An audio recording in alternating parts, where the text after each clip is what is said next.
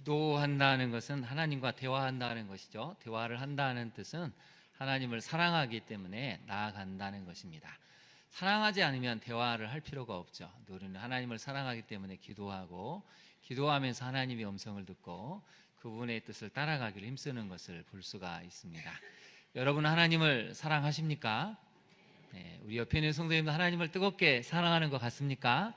네, 한번 칭찬해 보시죠. 당신의 사랑이 부럽습니다. 한번 해보실까요? 당신의 사랑이 부럽습니다. 여러분, 우리가 부러워해야 될 것은 넓은 평수에 사고 외제차를 몰고 다니고 연봉을 많이 받는 것보다 뭘 부러워해야 됩니까? 어떻게 하면 저렇게 하나님을 사랑할 수 있을까? 어떻게 하면 저렇게 하나님을 사랑해서 그 마음을 가지고 신앙생활을 할 수 있을까? 이게 성도가 먼저 부러워해야 한다는 것이죠.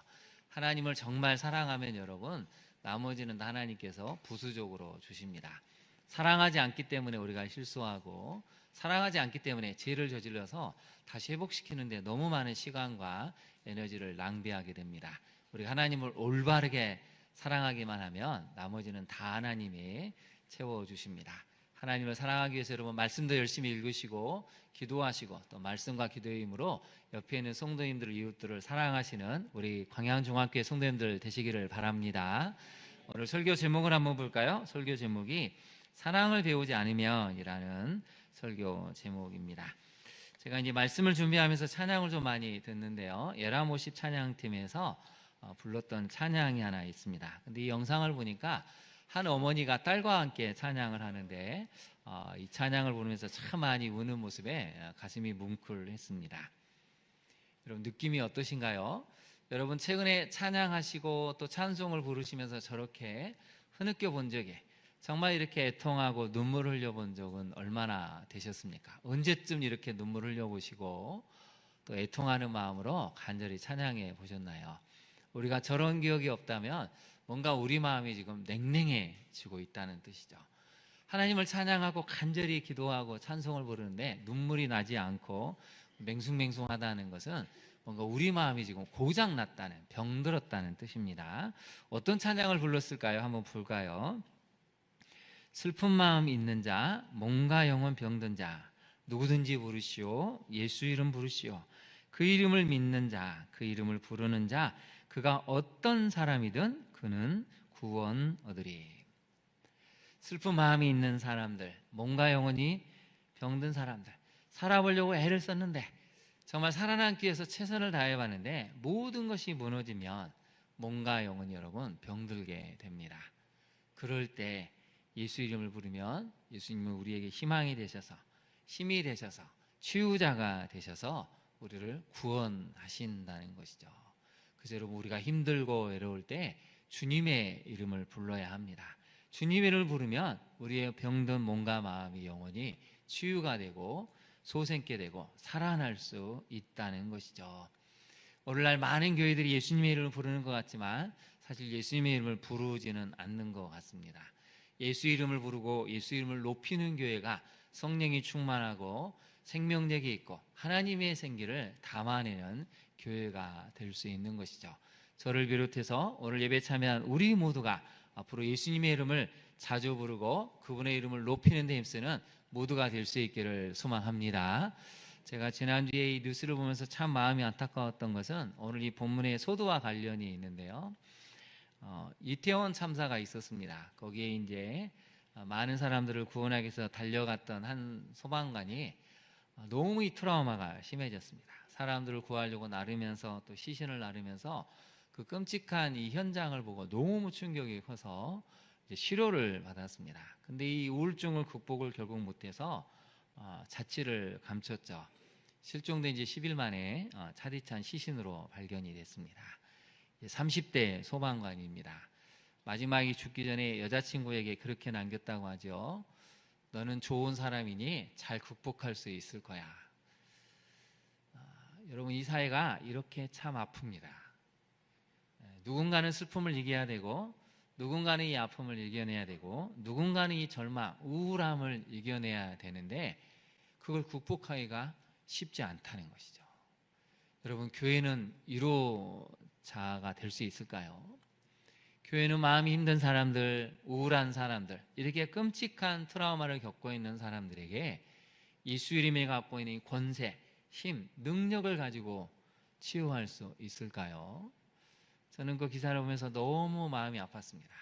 앞으로 60년 이상은 건강하게 살 수 있는 이 청년이 너무 그 심리적인 충격을 이기지 못하고 치료를 받았음에도 불구하고 결국은 견디지 못해서 이 세상을 떠난 것을 보면서 교회가 해야 될 일이 너무 많은데, 교회가 정말 이 병들고 아픈 사람들을 위해서 해야 될 일이 많은데 우리는 무엇을 하고 있을까라는 하나님 앞에서 정말 죄송스러운 마음, 또 회개하는 마음을 가졌습니다.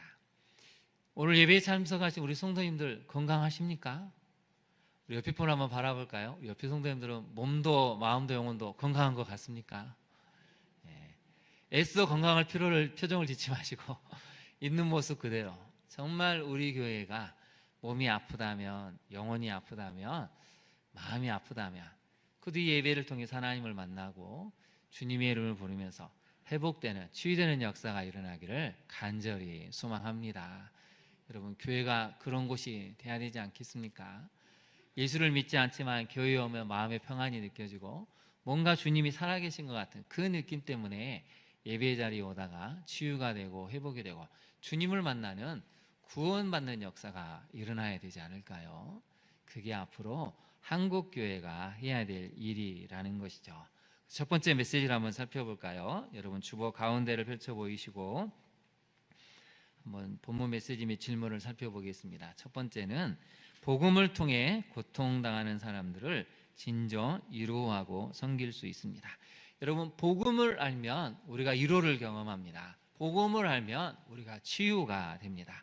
복음을 모르니까 우리는 위로를 경험 못하고 다른 사람들을 위로할 수조차 없는 것이죠. 복음은 무엇입니까? 복음은 명확합니다. 우리는 다 죄인이다.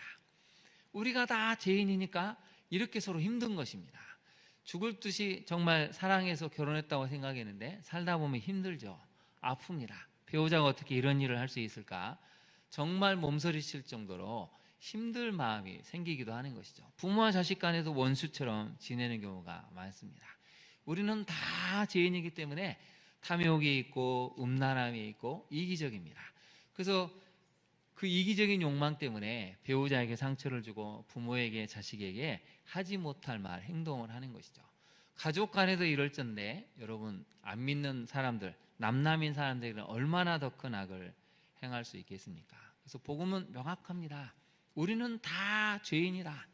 죄인이니까 세상이 점점 더 악해져 가고 이렇게 끔찍한 죄악을 저지르고도 눈 하나 깜짝하지 않는 인간의 죄성이 부패하면, 원래 부패한 이 인간의 본성이 얼마나 많은 악을 행할 수 있는지를 적나라하게 보여주는 것이 지금 이 사회의 모습이죠. 제가 최근에 많이 두려워지는 것은 뭐냐면, 점점 더 악에 저도 익숙해지다 보니까 웬만한 끔찍한 이런 드라마나 영화에서 표현되는, 그래서 표현되는 이 잔인한 선정적인 것에 별로 크게 문제가 되지 않는다는 무뎌진 마음에 제가 너무 충격을 요새 받고 있습니다. 여러분 어떠십니까? 3, 40년 전만 해도 TV가 처음 나왔을 때 드라마에서 좀 폭력이 심하거나 선정적인 장면이 나오면 난리가 났습니다. 방송국에 막 항의를 하고, 어떻게 이런 장면을 애들이 보는 TV에서 이거 보낼 수 있냐? 지금은 어떨까요? 걸그룹이 어떤 옷을 입고 와도 별로 놀라지 않습니다. 어떤 야한 춤을 춰도 우리는 눈 하나 깜짝하지 않습니다. 어떤 폭력과 우리의 인간의 본성을 자극하는 그런 심한 장면을 봐도 우리는 눈 하나 깜짝하지 않습니다. 왜 그럴까요? 우리가 서서히 물들어가고 있기 때문이죠. 우리가 서서히 그런 악에, 폭력에, 음란에, 탐욕에 우리도 모르게 젖어들고 있어서 웬만한 것에는 여러분 정말 감정의 동요가 없습니다. 그래서 세상은 더 악해져 가는 것입니다.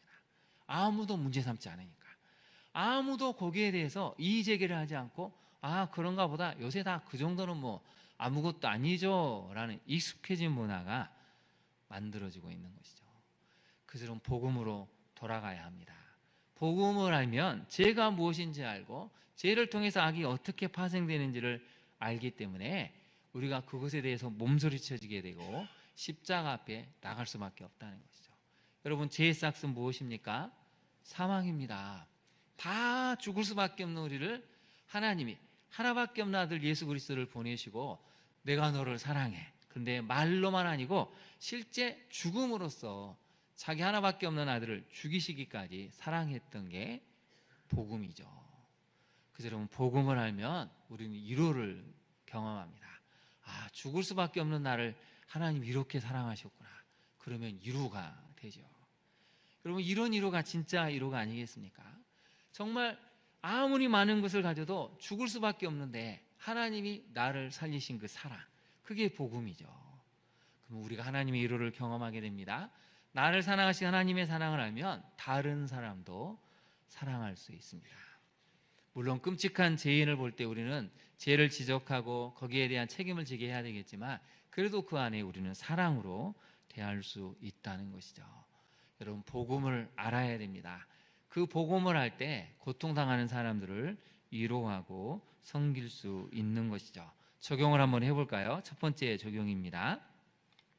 복음이 무엇인지를 성도로서 먼저 알고 누리고 있습니까? 여러분, 복음을 우리는 진정 알고 있을까요? 그래서 복음이 무엇인지를 알았기 때문에 그것을 경험하고 누리고 있습니까? 두 번째를 같이 한번 읽어볼까요? 복음을 먼저 알고 누린 자로 아픈 이들을 위해 애통하며 위로합니까? 내가 복음을 먼저 알았다면, 경험하고 누렸다면 우리는 아픈 이들을 위해 애통하며 위로할 수 있어야 됩니다. 너무 세상이 뒤틀려서 우리 잘못이 아닌데 그 사람들 잘못 때문에 우리는 아픔을 겪죠. 부부가 갈라서기도 하고 부모와 자녀 간에 찢겨지는 아픔을 경험하고 말할 수 없는 상처를 우리는 경험할 수가 있습니다. 근데 복음을 알면, 주님의 그 사랑이 나를 붙들고 있구나를 알면 위로를 경험하고 그 아픈 사람들을 찾아가서 위로자로 설 수가 있습니다. 그래서 여러분, 예수님을 믿는 사람들의 특징은 사랑하는 사람이면서 위로하는 사람의 특징을 갖고 있죠. 거기다 한번 메모를 한번 해보실까요? 빈칸에다 사랑하는 자, 위로하는 자, 이렇게 한번 써보실까요? 우리가 정말 복음을 알면 사랑하는 사람으로 살게 되고 위로하는 자로 살게 됩니다. 그 삶을 살아가는 우리 성도님들이 되시기를 간절히 축원합니다. 이제 본문을 한번 들어가 볼까요? 오늘 본문을 보시면 두 번째 메시지인데요. 두 번째 메시지를 먼저 한번 읽어보도록 하겠습니다. 공동체가 형성하고 있는 거대한 흐름이 은혜가 되도록 기도해야 한다는 것이죠. 지난주에 이어서 오늘 본문을 살펴보면 예레미야가 바룩을 불러서 22년 동안 하나님이 들려줬던 말씀을 두루마리 책에 기록하게 합니다. 그래서 금식일에 예루살렘 성전에 모이던 모든 백성들에게 이 말을 들려줬는데, 그 말을 백성들도 듣고 고관도 들었습니다.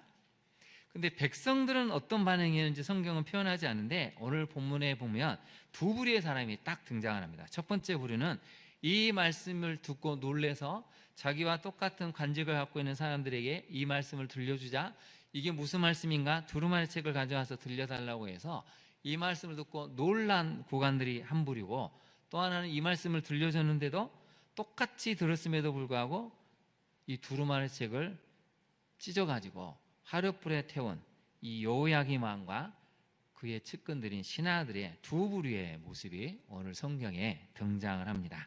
그래서 여러분, 성경을 오늘 보면 듣다라는 단어가 많이 나오는데 한번 볼까요? 11절에 보시면 기록된 여호와의 말씀을 다 듣고라는 단어가 나오죠. 13절에 보시면 들은 모든 말을 그들에게 전하며, 여기도 듣다라는 단어가 나오죠. 16절에 보시면 그들이 그 모든 말씀을 듣고 놀랐다, 여기도 등장을 하죠. 20절에도 보면 이 모든 말을 왕의 귀에 아뢰니, 왕이 들었다는 이 상징적인 표현이 나옵니다. 24절 한번 볼까요? 왕과 그의 신하들이 이 모든 말을 듣고도, 여기도 듣다라는 단어가 나옵니다. 근데 여러분, 들을 때 재미있는 것은 두 가지 반응이 딱 나옵니다. 여러분, 우리가 살다 보면 그런 말을 종종 하지 않습니까? 어쩜 그렇게 내 말을 안 듣는지, 어쩜 엄마 아빠 말을 안 듣니, 어쩜 남편인 아내인 당신은 내 말을 듣지 않느냐, 듣느냐, 이렇게 두 가지가 나오죠. 오늘 본문을 한번 볼까요? 말씀을 들었는데 첫 번째 반응 16절 한번 볼까요? 그들이 그 모든 말씀을 듣고 어떻게 했다고요? 놀랐다라고 표현합니다. 그 다음 별표를 쳐보실까요? 첫 번째 반응이 중요합니다. 말씀을 들을 때 놀랐다는 것이죠. 얼마나 놀랐는지 서로 쳐다봤다는 것입니다. 어떻게 이런 말씀이 있을까? 그래서 뭐라고 했냐면, 여러분 16절 마지막 한번 볼까요? 듣고 놀라 서로 말하되 바룩에게 이렇게 말합니다. 우리가 이 모든 말을 왕에게 아뢰리라. 우리만 듣고 있으면 안 되겠다. 이 하나님의 말씀, 심판의 말씀, 우리를 멸망시키겠다는 이 말씀, 그러나 다시 보면 이 말씀은 우리를 살리려는 말씀인데 우리만 들으면 안 되고 왕이 들어야 되겠다. 왕이 들어서 회개하고 이 민족을 살릴 수 있는 길을 찾아야 되지 않을까?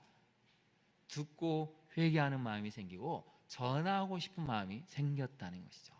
그래서 우리가 하나님의 말씀을 들을 때 첫 번째 반응은 가슴이 뜨거워져야 되고 놀래야 됩니다. 내가 죄인이었구나, 내가 악했구나, 내가 이렇게 하나님 앞에 정말 말도 안 되는 끔찍한 죄악을 저지르고 있었구나. 근데 이 말씀은 나를 살리려는 말씀인데 나만 들으면 안 되고 들려줘야 되겠구나. 이게 첫 번째 반응이죠. 근데 여러분, 두 번째 반응은 어떻습니까? 한번 볼까요?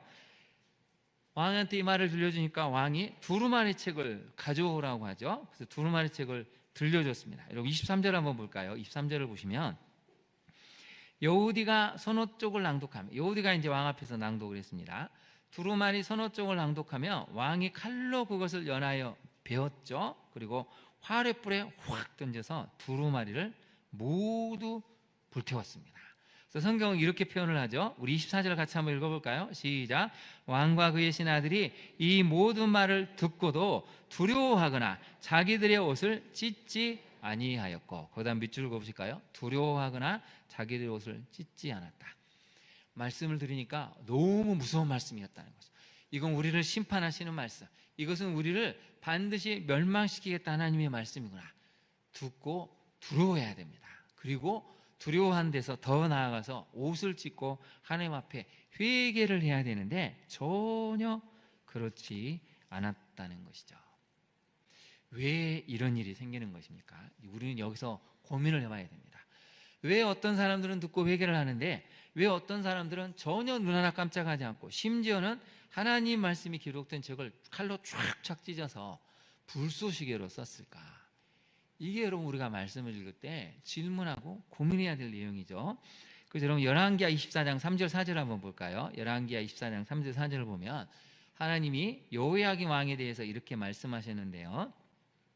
이 일, 앞으로 바벨론 군대가 쳐들어와서 너희들을 사로잡아 갈 것이다. 그래서 이제 다니엘과 세 친구가 사로잡혀가고 여호야긴 왕도 사로잡혀갔다가 다시 풀려나는 일이 일어나죠. 마침내는 모두가 다 망할 텐데 이 일이 유다의 마음은 그건 여호와의 말씀대로 그들을 자기 앞에서 물리치고자 하심이니, 같이 한번 읽어볼까요?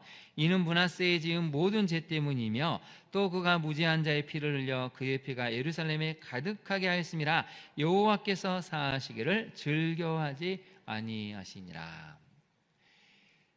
므낫세, 선조했던 므낫세 왕이 50년 이상을 악을 행하니까 이게 정치, 종교, 경제, 법률, 언론, 문화 모든 영역에 침투해가지고 모든 악을 생산해 내버렸다는 것입니다.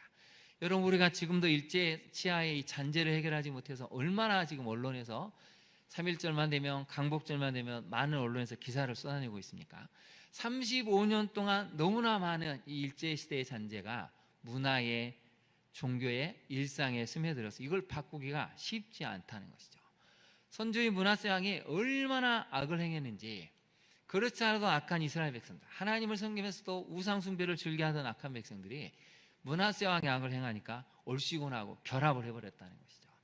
그게 너무 큰 흐름으로 잡혀가지고 하나님이 여호야긴 왕 때 결국은 이 심판의 말씀을 선언하셨다는 것이죠.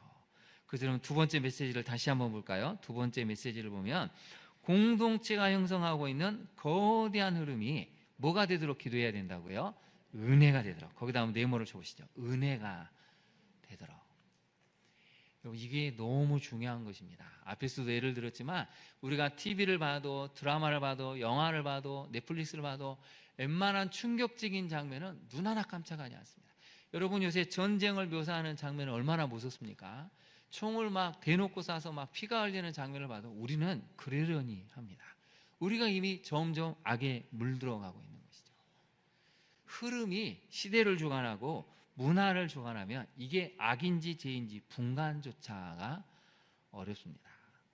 그래서 저도 요새 많이 걱정이 됩니다. 문화를 보면 이걸 죄로 봐야 되는 것인지 문화로 봐야 되는 게 헷갈립니다. 이게 정말 악한 것인지 맞는 것인지, 이 안에 숨어져 있는 배경이 사단이 주장하는 문화인지 그냥 현대 트렌드예요 하고 넘어가야 되는 것인지 저도 엄청 헷갈립니다. 여러분, 이건 무서운 것이죠. 흐름이 은혜가 되지 않고 죄가 되면 죄를 저질러도 아무 문제가 없습니다. 그래서 여러분, 잠언 14장 9절 말씀을 한번 볼까요? 잠언 14장 9절이 명확하게 표현하는데요, 같이 한번 읽어보겠습니다. 시작. 미련한 자는 죄를 심상히 우습게 여겨도 정직한 자 중에는 은혜가 있느니라. 미련한 사람은 죄를 우습게 여깁니다. 아무렇지 않습니다. 당신들도 죄를 짓고 주위를 둘러보니까 다 죄를 짓습니다. 권력만 있으면 죄를 저질러도 아무 문제가 없죠. 우리가 청문회를 볼 때만 해도 여러분 어떻습니까? 그렇게 똑똑하고 좋은 교육을 받고 명문가 집안인 사람들도 청문회 때 드러난 악을 보면 부끄러워하고 창피해야 되는데 전혀 그렇지 않죠. 왜요? 나만 그런 게 아니고 주변에 모든 사람이 다 힘만 있으면 그렇게 했는데 왜 이게 문제가 되지? 아니, 왜 이게 문제가 됩니까? 이런 표정이죠. 다 그렇게 살아왔는데, 다 힘만 있으면 그렇게 사는 게 정당한 것인데 왜 이게 문제거리가 되고 시비거리가 되고 언론에서 대서특필하는지 이 사람들은 이해할 수가 없습니다. 이게 흐름이라는 것이죠. 그래서 여러분, 미련한 사람은 죄를 우습게 여깁니다. 힘만 있으면 죄를 짓고 싶은데 힘이 없어서 문제지, 나한테 돈이 있고 권력이 있고 명예가 있으면 죄 짓는 건 이상하지 않는 시대가 지금 시대라는 것이죠. 그런데 여러분, 정직한 자는 뭐라고 이야기합니까? 은혜가 있다는 것입니다. 죄를 죄로 볼 줄 알고 애통해하는 것이죠. 내가 죄를 저질렀으면 하나님 앞에 처절하게 회개하고 공동체 앞에 내가 이런 죄를 저질렀습니다 토로하고 은혜를 구하는 그런 겸허한 애통하는 심령이 있다는 것이죠. 우리는 지금 어떤 쪽에 서 있습니까? 한국교회는 어느 쪽으로 가고 있습니까? 미련한 자입니까? 정직한 자입니까? 오늘 요약의 왕은 미련한 자라는 걸 보여주는 것이죠. 너무 수십 년, 수백 년 동안 흘러내렸던 이 죄의 흐름에 온통 신경을, 생각을, 감정을, 영혼을 마비시켜서 아무 문제가 없었다는 것입니다. 여러분, 적용을 한번 해볼까요? 시대와 문화 속에 스며든 악과 죄를 말씀으로 분별하고 있습니까? 두 번째를 같이 한번 읽어볼까요? 시작. 교회와 가정, 사회가 형성하고 있는 흐름이 은혜가 되도록 노력합니까? 여러분 가정은 어떤 흐름이 지금 이어지고 있습니까? 하나님은 누누이 말씀하십니다. 과거가 어땠든 어제까지라도 어땠든 간에 지금 이 순간 바꾸면 된다는 것입니다. 지금까지 형성해왔던 가정의 흐름이 분열과 다툼, 깨어짐의 아픔이었을지라도 지금 내가 다시 한번 은혜를 붙들고 그 흐름을 만들면 우리 가정은, 우리 교회는, 우리 자녀들은, 학교와 직장은 달라질 수 있다는 것이죠. 흐름을 못 바꾸니까 이 사회가 이렇게 아프고 병들어 가고 있습니다. 여러분, 교회라도 힘을 가져야 되지 않습니까? 교회라도 은혜의 흐름을 만들어야 되는 거 아닙니까? 왜 교회마다 갈등이 있고 분열이 있고 다툼이 있어서 교회가 깨어지고 싸우고 다투는 것일까요? 이미 흐름이 그 안에 잠복되어 있다가 결정적 시기 때 터져 나와서 결과로 보여줄 뿐입니다. 하나님 오늘 말씀을 통해서 우리 자신이 먼저 은혜의 흐름을 만들기를 원하고 계십니다. 오늘 예배도 우리 성도님들 한번 0.5초 만에 답을 해보시죠. 여러분이 2025년 올 8월 오늘 주일까지 만들어 놓은 흐름은 은혜의 흐름입니까? 죄의 흐름입니까? 네. 여러분, 믿음의 고백대로 될 것입니다. 앞으로 어떤 흐름을 만들고 싶습니까? 은혜의 흐름을 만드셔야 되지 않을까요? 여러분이 결단하면 하나님이 도와주시고 다시 새롭게 하십니다. 여러분이 인생이 무너졌다고 너무 좌절할 필요가 없습니다. 여러분 인생은 더 이상 회복되지 않을 거야 라고 절망할 필요가 없습니다. 다시 시작하면 하나님이 새 은혜의 흐름을 만들어 주시기 때문에 우리는 일어서고 그 흐름 속으로 들어가면 되는 것이죠. 근데 세 번째가 우리가 많이 고민해야 될 부분이죠. 개인 구원이 사회 구원으로 연결되도록 힘쓰고 있습니까? 저는 많은 개인적으로 경건한 분들을 만납니다. 근데 궁금한 것은 이렇게 경건한 사람들이 많은데 왜 사회는 달라지지 않을까요? 개인의 구원이 직장의 영역으로, 일터의 영역으로, 삶의 영역으로 못 가고 있기 때문이죠. 개인은 너무 경건한 것 같은데 우리가 받은 이 구원의 경험이 사회로 가지도 못하고 직장으로 가지도 못하고 학교에도 가지 못하니까 아이들은 왕따를 경험하고 폭력을 경험하고 가해자가 되기도 하고 피해자가 되기도 하는 이런 흐름이 계속해서 나타나고 있다는 것이죠. 그래서 예수를 믿는 사람은 개인의 구원이 사회의 구원으로, 요즘의 신학적 표현으로 하면 공공의 영역으로 나아갈 때 그때 복음이 힘을 발할 수 있다는 것입니다. 오늘의 여러분 이 말씀을 잘 기억하시고 우리가 만들어간 흐름이 은혜가 될 수 있도록 기도하셔서 여러분이 살아가는 삶의 자리, 그것이 가정이든 학교든 직장이든 그 속에서 은혜의 흐름이 만들어지고 열매를 맺을 수 있기를 간절히 축원합니다. 세 번째로 한번 살펴볼까요? 세 번째는 하나님을 경외하지 않는 마음이 회개의 뭐라고요? 최대 걸림돌임을 기억해야 됩니다. 저는 두려운 것이 하나님을 존중하지 않고 경외하지 않는 마음을 가질까 봐 제일 두렵습니다. 여러분, 하나님을 경외하는 것은 뭘까요? 아주 쉽죠. 굉장히 쉽습니다. 존중하는 것이죠. 남편을, 아내를 존중하는 것이고, 성도를 존중하는 것이고, 우리 자녀를 은혜 가운데 존중해 주는 것이고, 일터에 나가서도 외국인 노동자를 만나면 좀 약해 보이는 사람을 만날 때 존중해 주는 것이 하나님을 경외하는 것입니다. 그러니 여러분, 목사님들을 위해서 기도할 때 정말 말씀을 준비할 때 최선을 다해서 잘 준비할 수 있도록, 시간을 낭비하지 않도록, 주신 시간 가운데 은혜를 잘 담아내는 삶을 살아갈 수 있도록, 이게 경외하는 마음이죠. 근데 여러분 여호야긴 왕은 어떻습니까? 24절을 다시 한번 볼까요? 왕과 그의 신하들은 전혀 두려워하지 않습니다. 하나님 말씀에 대해서 두려워하지도 않고 무서워하지도 않습니다. 존중하지 않기 때문이죠. 여러분, 교회가 하나님을 경외하면요, 다툴 일이 없습니다. 서로 생각이 다를 수 있죠. 마음이 다를 수 있지만, 서로 불편하고 몇 년 동안 싸울 수 있지만, 하나님이 살아계신 걸 알면 두렵습니다. 하나님이 이걸 싫어하실 텐데, 하나님이 이걸 굉장히 냉정한 눈으로 바라보시고 왜 빨리 화해하지 않느냐 이렇게 보시면 우리는 어떻게 될까? 두려워지죠. 그럼 어떻게 할까요? 하나님을 경외할수록 하나님이 기뻐하시는, 원하시는 삶을 살 수밖에 없습니다. 그래서 여러분 1번을 한번 볼까요? 적용 1번을 보면 하나님을 경외함이 어디 속에 잘 나타나고 있는지를 봐야 된다고요. 관계 속에서. 거기다 한번 네모를 쳐보실까요? 여러분, 정말 하나님을 경외를 잘하는 사람은요, 사랑합니다. 용서합니다. 서로를 이해해 줍니다. 다를 수는 있죠. 불편할 수는 있어도 그래도 저 사람도 하나님이 사랑하시는데, 그러면 내가 하나님을 사랑하고 경외한다면 그 사람을 품어줄 수가 있는 것이죠. 그래서 여러분, 하나님을 잘 경외하는지 안 하는지는 옆에 성도님이 나를 어떻게 대하는지를 하면 잘 알 수가 있습니다. 옆에 분 얼굴을 살짝 바라볼까? 이분은 하나님을 잘 경외하는 것 같습니까? 네. 잘하는 사람한테만 잘하는 게 아니고 나한테 좀 불편하게 대하는 사람도 잘할 수 있는 것이 진짜 하나님을 경외하는 것이죠. 그래서 여러분, 멀리 생각할 필요가 없습니다. 진짜 경건은 관계 속에서 나타납니다. 옆에 있는 성도들과의 관계, 배우자와의 관계, 부모와 자녀와의 관계, 직장에서 동료와 상사와 아랫사람과의 관계가 어떤지가 우리가 하나님을 경외하는 것을 잘 드러낼 수 있다는 것이죠. 두 번째로 한번 같이 적용을 읽어볼까요? 시작. 강팍함과 완고와 무지로 구원의 기회를 날려버리진 않습니까? 하나님이 두루마리 책을 기록하신 이유는 여호야긴 왕과 그 신하들, 그 백성들을 살리시기 위해서인 거죠. 여러분, 하나님이 기록하신 심판의 말씀은 심판이 목적이긴 하지만 더 중요한 목적이 숨겨져 있습니다. 돌아오라는 것이죠. 구원하시려고 심판의 말씀을 기록한 것이지 다 너희들 없앨 거야, 진멸할 거야가 주 목적이 아닙니다. 주 목적은 살리시는 거죠. 구원하신 것입니다. 근데 문제가 있죠. 이 세 가지가 문제입니다.